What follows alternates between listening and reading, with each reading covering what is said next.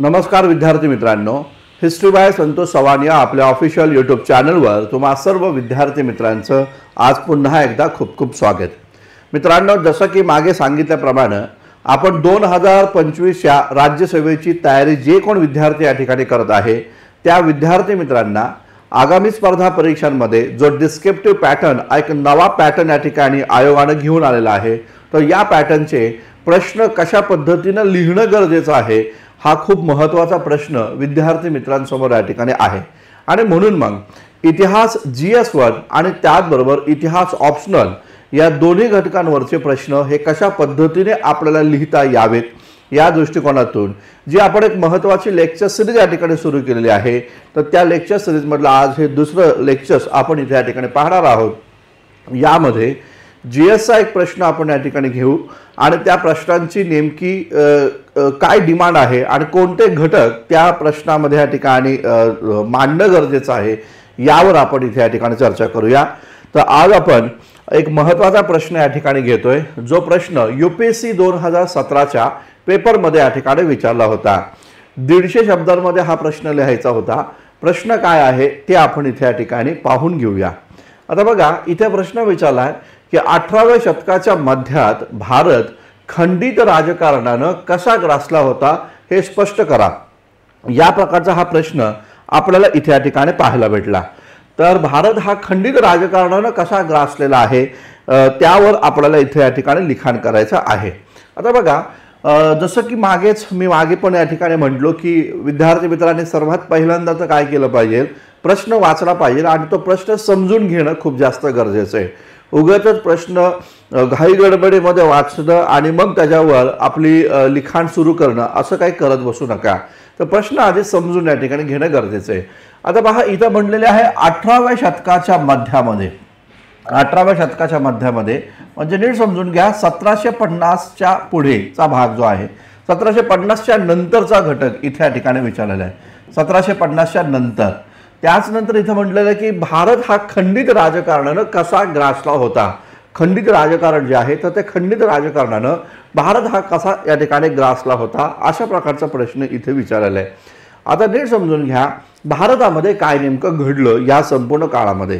तर आता आपल्याला या थेटपणे प्रश्नाला आपण आता इथे या ठिकाणी सुरुवात करूया। सर्वात महत्त्वाचा मुद्दा हा लक्षात घ्या, सन 1526 पासून ते 1707 पर्यंत भारतात ग्रेट मुघल्सचं या ठिकाणी राज्य होता। 1707 पर्यंत ग्रेट मुघल्स औरंगजेबापर्यंतचं राज्य या ठिकाणी राहिलेलं आहे मुघलांचं। 1707 नंतर मात्र भारतामध्ये लॅटर्स मुघल या ठिकाणी आले। या लॅटर्स मुघलच्या कालखंडामध्ये जे कोण शासक होते ते या ठिकाणी कमकुवत होते। परिणाम काय नेमका झाला की हे जे कमकुवत शासक होते तर त्यांच्या राज्यामध्ये जे काही मजबूत सरकार या ठिकाणी होते किंवा जे काही मजबूत सरदार या ठिकाणी होते त्याच लोकांनी या केंद्रीय शासनापासून स्वतःला विभक्त केलं आणि त्यांनी प्रादेशिक सत्ता इथे या ठिकाणी स्थापन केल्याचं दिसून येतं। म्हणजे आपल्याला इथे या ठिकाणी या प्रश्नामध्ये अभ्यासायचं आहे ते म्हणजे काय की ग्रेट मुघलचा कालखंड समाप्त झाल्यानंतर जो लॅटर्स मुघल या ठिकाणी आला, तर त्या लॅटर्स मुघल कालखंडामध्ये कशा प्रकारे भारतात प्रादेशिक सत्ता ज्या होत्या तर त्या प्रादेशिक सत्तांचा उगम हा या ठिकाणी झालेला आहे। हा महत्त्वाचा मुद्दा आपल्याला इथे या ठिकाणी लिहिणं खूप जास्त गरजेचं आहे। म्हणजे सुरुवातीच्या इंट्रोडक्शनमध्येच तुम्हाला हे मांडणं या ठिकाणी आवश्यक आहे की 1526 ते 1707 हा ग्रेट मुघलचा कालखंड समाप्त झाल्यानंतर भारतात लॅटर्स मुघल या ठिकाणी स्थापन झाले आणि या लॅटर्स मुघलच्या कालखंडात भारतातील केंद्रीय सत्ता ही कमकुवत होती, ज्याचा परिणाम भारतामध्ये प्रादेशिक सत्तांचा उदय झाल्याचं आपणास या ठिकाणी पाहायला भेटतं। या प्रकारचा पहिला इंट्रोडक्टरी या ठिकाणी जो पॅराग्राफ आहे तो आपण लिहिल्यानंतर मग त्या प्रादेशिक सत्ता ज्या होत्या त्या प्रादेशिक सत्ता कोणकोणत्या होत्या ते तुम्हाला या ठिकाणी लिहिणं गरजेचं आहे। जसं की आपण या ठिकाणी इथं पाहतो की हैदराबाद जो आहे तर हैदराबादमध्ये चिंकलिन खाननं स्वतंत्र राज्य स्थापन केलं होतं। याचबरोबर बंगाल प्रांत जो आहे तर त्या बंगाल प्रांतामध्ये देखील अलीवर्दी खान आणि मुर्शिद कुली खान यांच्या माध्यमातून बंगाल प्रांतामध्ये स्वतंत्र राज्य स्थापन या ठिकाणी झालेलं होतं। याच काळामध्ये आपल्याला कर्नाटक हे एक महत्त्वाचं स्टेट या ठिकाणी पाहतं, जिथं दोस्त अली जो आहे त्याच्या माध्यमातून कर्नाटकमध्ये स्वतंत्र राज्य स्थापन करण्यात आल्याचं एकंदरीत दिसून येतं। सादत खान जो होता तर या सादत खाननं अवधमध्ये स्वतंत्र राज्याची स्थापना या ठिकाणी केल्याचं एकंदरीत या ठिकाणी पाहायला भेटतं। याचबरोबर आपल्याला या ठिकाणी दिसून येतं की दक्षिण भारत जो आहे तर त्या दक्षिण भारतामध्ये हैदर अलीच्या नेतृत्वाखाली स्वतंत्र म्हैसूर राज्य हे इथे या ठिकाणी स्थापन करण्यात आल्याचं आपल्याला या ठिकाणी दिसून येतं। याचबरोबर आपल्याला पाहायला भेटतं की त्रावणकोर जे आहे तर ते त्रावणकोरमध्ये देखील स्वतंत्र राज्य स्थापन झालं। बुंदेलखंड या ठिकाणी आहे तर बुंदेलखंडमध्ये त्रावणकोरमध्ये अशा प्रकारचे खूप सारे, इकडे भरतपूर जर आपण पाहिलं तर त्या भागामध्ये विविध प्रकारचे भरतपूरमध्ये देखील जाटांचं राज्य या ठिकाणी स्थापन झाल्याचं दिसतं। बदन सिंगच्या नेतृत्वाखाली भरतपूरचं राज्य या ठिकाणी आलं। तर लक्षात घ्या, सेकंड पॅरेग्राफ जेव्हा तुम्ही या ठिकाणी लिहिता तेव्हा भारतामध्ये कोणकोणते प्रादेशिक सत्ता या काळात उदयास आल्या होत्या त्या तुम्हाला इथे या ठिकाणी मांडणं खूप जास्त या ठिकाणी आवश्यक आहे। म्हणजे लक्षात घ्या, पहिल्या पॅरेग्राफामध्ये मुघलांची थोडीशी इंट्रोडक्शन आणि त्याच नंतर लॅटस मुघल कालखंडात आलेल्या प्रादेशिक सत्ता, आणि मग सेकंड पॅरेग्राफला तुम्हाला या ठिकाणी सुरुवात करत असताना तुम्हाला भारतामध्ये कोणकोणत्या प्रादेशिक सत्ता या काळामध्ये अस्तित्वात होत्या त्या तुम्हाला या ठिकाणी मांडावं लागेल। आणि त्यानंतरचा थर्ड पॅरेग्राफ जो तुम्हाला या ठिकाणी लिहावा लागेल तर त्या थर्ड पॅरेग्राफमध्ये आपल्याला या काळामध्ये भारताचं राजकारण, इथे लक्षात घ्या, भारताचं राजकारण हे कसं खंडित होतं हा मुद्दा या ठिकाणी लिहायचा आहे। म्हणजे बघा, आपण काय केलं बघा, 18व्या शतकाचा मध्य म्हणजे 1750 किंवा 1700 पासूनचा पुढचा कालखंड आपण पाहूया ढोबळमानानं, 1700 पासूनचा पुढचा कालखंड, आणि मग त्यानंतर त्या काळामध्ये भारत हा कसा खंडित होता, मग ते प्रादेशिक सत्तांचा उगम कशा पद्धतीने झाला तर ते खंडित भारत कसा होता ते आपण सांगितलं। आता इथे तुम्हाला या ठिकाणी म्हणायचं आहे खंडित राजकारणानं। आता हा लक्षात घ्या, बघा जे काही प्रश्न इथं आहेत तर त्या प्रश्नांमधला प्रत्येक शब्दाला न्याय देता आला पाहिजे। मी काय सांगतो तुम्हाला नीट समजून घ्या की प्रश्न जो आहे त्या प्रश्नाच्या प्रत्येक शब्दाला तुम्हाला न्याय देता आला पाहिजे, हा मुद्दा लक्षात घ्या। आणि म्हणून मग 18व्या शतकाचं मध्य आपण पाहत असताना भारत हा खंडित कसा होता ते मांडलं पाहिजे। प्रादेशिक सत्तांचा उगम या माध्यमातून भारत कशा पद्धतीने खंडित होता आणि त्या खंडित भारतामध्ये राजकारण कसं होतं, भारत हा खंडित राजकारणाने ग्रासला होता असं इथं म्हटलं। मग त्यामध्ये आपल्याला इथलं जे काही राजकारण होतं, उदाहरणार्थ बंगाल प्रांत जे आहे तर त्या बंगाल प्रांतातलं राजकारण आपल्याला इथे या ठिकाणी सांगणं गरजेचं आहे। जसं की आपल्या सर्वांना माहिती आहे की सन 1756 साली जर आपण पाहिलं तर अलीवर्दी खानचं निधन या ठिकाणी होतं आणि त्याच नंतर सिराज उद्दौला जो आहे हा सिराज उद्दौला इथे या ठिकाणी सत्तेमध्ये या ठिकाणी येतोय असं एकंदरीत दिसून येतं। बंगालचा नवाब जसा सिराज उद्दौला बनला तसं त्या सिराज उद्दौलाला चॅलेंज करण्यात आलं बंगाल प्रांतातीलच लोकांकडनं। मग त्या सिराज उद्दौलाच्या विरोधामध्ये बेगम घसीटा होती, शौकत जंग या ठिकाणी होता, राय दुर्लभ या ठिकाणी होता, त्याचबरोबर या ठिकाणी जगत सेठी या ठिकाणी होता। त्याचबरोबर जे काही बंगाल प्रांतातले जे काही बलाढ्य जे व्यापारी लोक होती तर ती सगळी लोक या ठिकाणी सिराज उद्दौलाच्या विरोधामध्ये या ठिकाणी राहिल्याचं एकंदरीत दिसतं। आणि म्हणून मग सिराज उद्दौला विरुद्ध बेगम घसीटा किंवा शौकत जंग अशा प्रकारचं राजकारण हे बंगालमध्ये या ठिकाणी होतं, ज्याचा फायदा पुढे जाऊन इंग्रजांनी घेतला आणि या सर्व लोकांना एकत्र करून सिराज उद्दौलाच्या विरोधात संयुक्त मोर्चा उभा करून त्याला प्लासीच्या युद्धात पराभूत या ठिकाणी केलं। तर हे बंगालची स्टोरी तुम्हाला इथे या ठिकाणी लिहिणं गरजेचं आहे। त्याचबरोबर जर आपण पुढे जर पाहिलं तर लक्षात घ्या, हैदराबाद जो आहे तर हैदराबाद आणि त्याचबरोबर कर्नाटकची पण स्टोरी आपल्याला या ठिकाणी पाहायला भेटते, तर ती पण तुम्हाला इथे या ठिकाणी लिहिणं खूप जास्त गरजेचं आहे।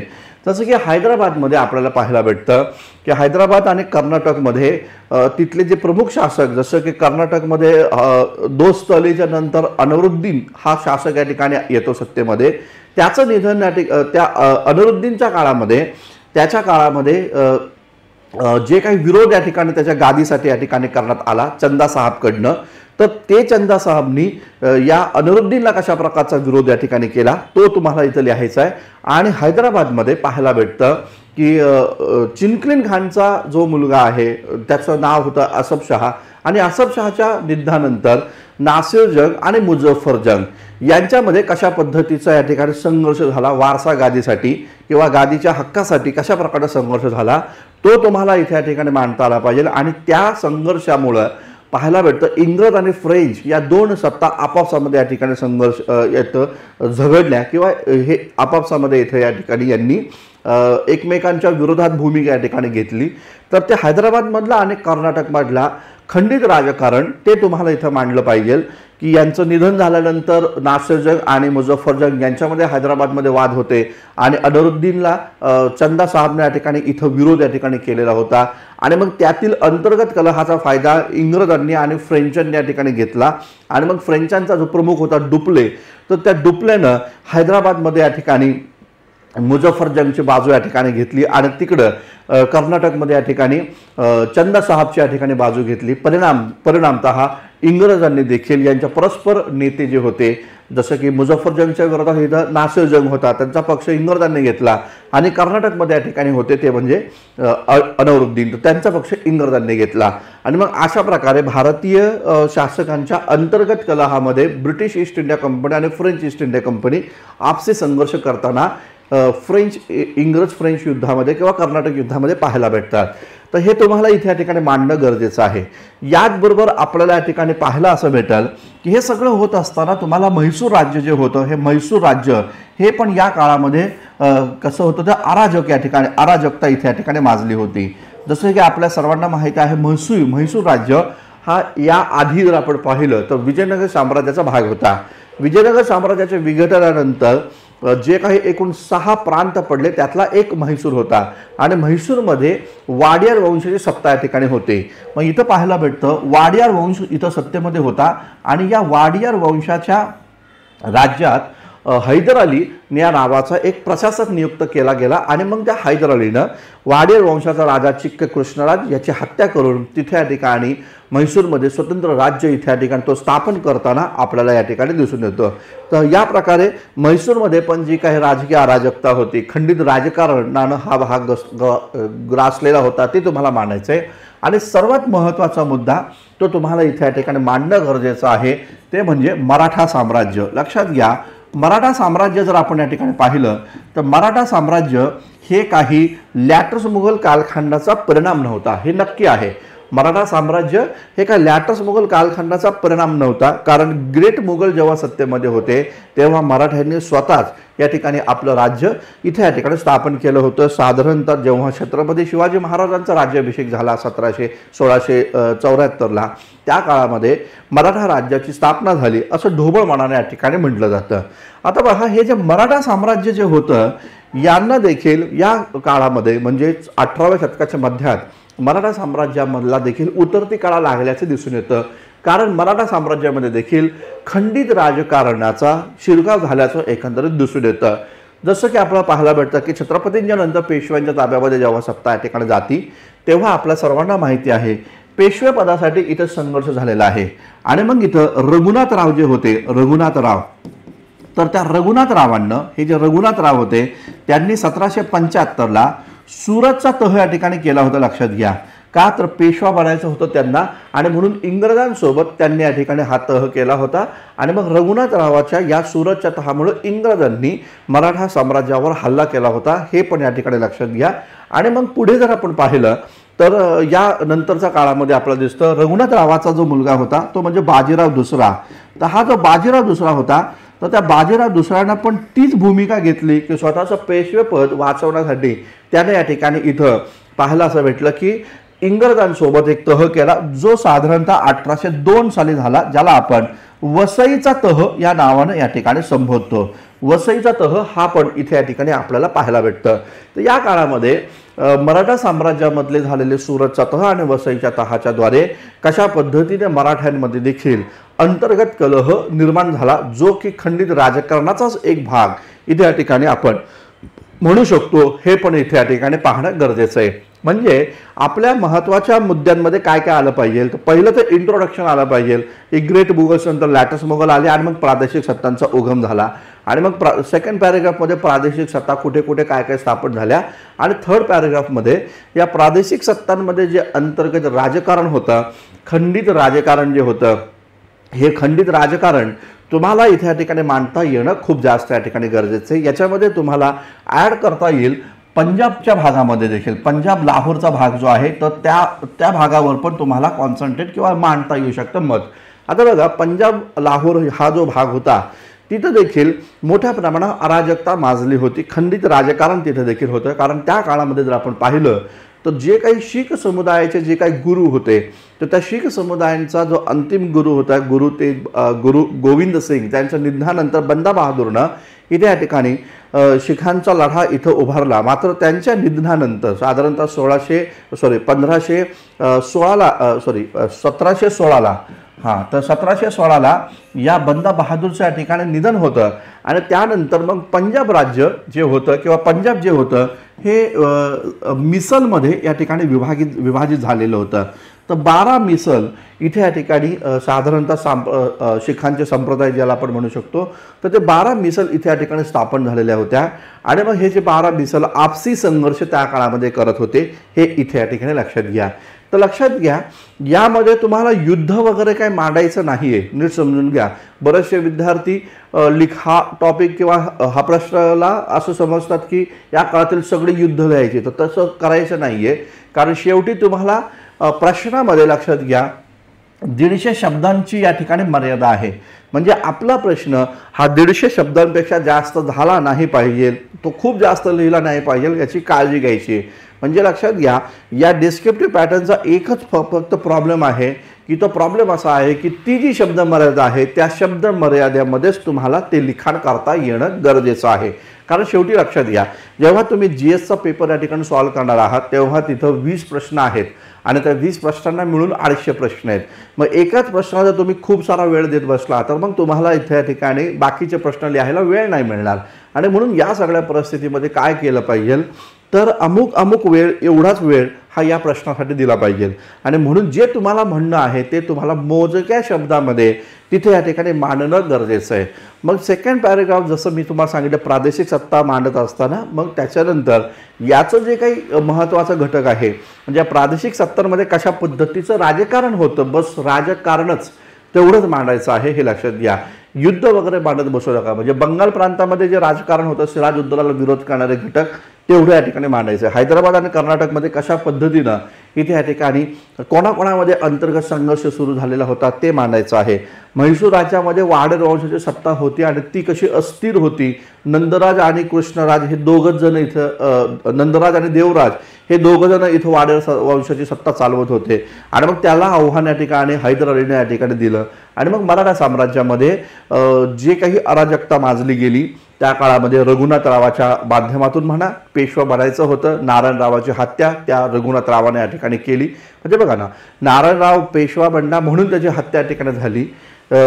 ही एक प्रकारचं खंडित राजकारणच होतं त्या काळातलं आणि म्हणून मग रघुनाथरावाला पेशवा बनण्यासाठी त्यांनी सुरतचा तह केला आणि मग पुढे बाजीराव दुसरा, बाजीरावचं आपल्याला माहिती की 1800ला नाना फडणवीसांचं निधन होतं आणि मग बाजीराव जे आहे तर त्या बाजीरावाच्या नेतृत्वाला चॅलेंज दिलं जातं। आणि मग इथं हा पण मुद्दा तुम्हाला मांडता येऊ शकतो बरं का, की कोणता, की मराठा साम्राज्य जे होतं तर त्या मराठा साम्राज्यामध्ये पण या काळामध्ये विभाजन इथे या ठिकाणी झालं। मग आपल्याला पाहायला भेटतं बडोदा संस्थान जे आहे, त्याचबरोबर ग्वाल्हेर संस्थान जे आहे हे ग्वाल्हेर स्वतंत्र या ठिकाणी झाल्याचं दिसून येतं। इंदोर संस्थान जे आहे हे इंदोर स्वतंत्र झालं। नागपूर संस्थान जे आहे हे नागपूर संस्थान स्वतंत्र झालं। म्हणजेच 18व्या शतकाच्या मध्यात या प्रमुख घटना या ठिकाणी आहे की या बडोदा, ग्वाल्हेर, इंदोर, नागपूर यांनी बाजीराव दुसऱ्याचं नेतृत्व स्वीकारलं नाही। त्याचा परिणाम या ठिकाणी बाजीराव दुसऱ्यानं वसईचा तह इंग्रजांसोबत केला आणि मग त्या खंडित भारत जो होता त्याचा फायदा इंग्रजांनी घेऊन आपली सत्ता इथे या ठिकाणी स्थापन केली। म्हणजे एंड करताना तुम्हाला लक्षात घ्या, जनरली बघा एक आयडियल आन्सर ज्याला आपण म्हणतो ते आयडियल आन्सर कसं असलं पाहिजे तर पहिला इंट्रोडक्शनचा असला पाहिजे मुद्दा। आणि मुद्दा असा करा की तुम्ही जे इंट्रोडक्शन जे मांडताय ना तर त्या इंट्रोडक्शनमध्येच तुम्हाला आतमध्ये काय लिहायचं आहे त्याचं म्हणणं हे इंट्रोडक्शनमध्ये आलं पाहिजे। ठीक आहे, म्हणजे आतमध्ये तुम्हाला काय म्हणायचं ते म्हणजे सेकंड आणि थर्ड पॅराग्राफमध्ये तुम्हाला काय जे म्हणायचं आहे त्याचं अर्क ज्याला म्हणतो आपण ते पहिल्याच पॅराग्राफमध्ये आला पाहिजे। आणि पहिला पॅराग्राफ मी सांगतो तुम्हाला 3, 4, 5 यापेक्षा जास्त ओळीचा नसावा. 4च ओळी फार फार तर 3 ते 4च ओळींचा पहिला पॅराग्राफ असला पाहिजे आणि तो दिसला पाहिजे पॅराग्राफ. हा पॅराग्राफ पाडला यांनी हे ते दिसला पाहिजे. आणि मग सेकंड पॅराग्राफला प्रादेशिक सत्ता कोणकोणत्या उदयास आल्या आणि मग थर्ड पॅराग्राफमध्ये त्यांचं अंतर्गत राजकारण आणि फोर्थ पॅराग्राफ जेव्हा तुम्ही या ठिकाणी देता तेव्हा फोर्थ पॅराग्राफमध्ये कन्क्लुजन या ठिकाणी मांडायला विसरायचं नाही. शेवट या ठिकाणी मांडायचं आहे. मग शेवटामध्ये तुम्हाला काय मांडायचं आहे की भारतामध्ये 18व्या शतकाच्या मध्यात भारत हा अशा प्रकारे खंडित राजकारणानं इथे या ठिकाणी ग्रासलेला होता, ज्याचा फायदा ब्रिटिश राज्यकर्त्यांनी घेतला आणि या देशामध्ये आपली सत्ता ते या ठिकाणी स्थापन करू शकले. बस एवढं देऊन फुल स्टॉप देऊन हा प्रश्न सोडला पाहिजे. म्हणजे स्टार्टिंगच्या 3-4 ओळी आणि एंडिंगच्या 3-4 ओळी आणि मधल्या 2 पॅराग्राफमध्ये तुम्हाला या प्रश्नाची डिमांड ही लिहिता आली पाहिजे. तर हा मुद्दा इथे या ठिकाणी लक्षात घ्या. या पद्धतीचे हे प्रश्न आपल्याला हँडल करावे लागणार आहेत. त्यामुळं लक्षात घ्या. मी आशा करतो हे प्रश्न तुम्हाला समजले असतील आणि जर समजा काय वाटत असेल तर तुम्ही या ठिकाणी तशा प्रकारचे कमेंट्स पण मला या ठिकाणी करा. समजा माझ्या बोलण्यातनं कुठला मुद्दा एखादा राहिला असेल किंवा तुम्हाला असं वाटलेलं आहे अजून वेगळ्या पद्धतीने लिहिता येऊ शकतं तर ते देखील तुम्ही या ठिकाणी कमेंट बॉक्समध्ये या ठिकाणी मांडू शकता.